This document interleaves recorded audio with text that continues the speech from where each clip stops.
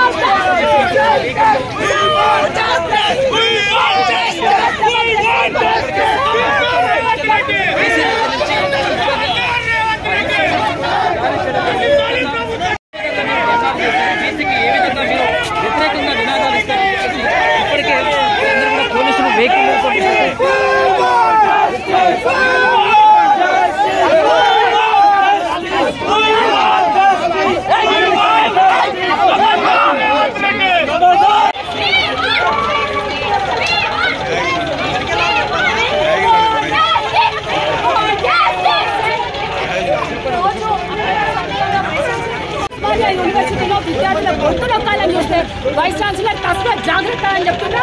ఈరోజు అసెంబ్లీ సాక్షిగా దీని వెనక సర్కులర్ వెనక గవర్నమెంట్ పాత్ర ఉందా లేదా అన్నది మీరు స్పష్టం చేయండి. ఒకవేళ సర్కులర్ ని మీరు గవర్నమెంట్ వ్యతిరేకించకపోతే దీని వెనక ప్రభుత్వ పెద్దలు నేను భావిస్తా ఉన్నాను. వైస్ ఛాన్సలర్నే కాదు, గవర్నమెంట్ కూలిపోయేలా ఉస్మానియా యూనివర్సిటీలో ఉద్యమాలు చేస్తామని కూడా ఈ సందర్భంగా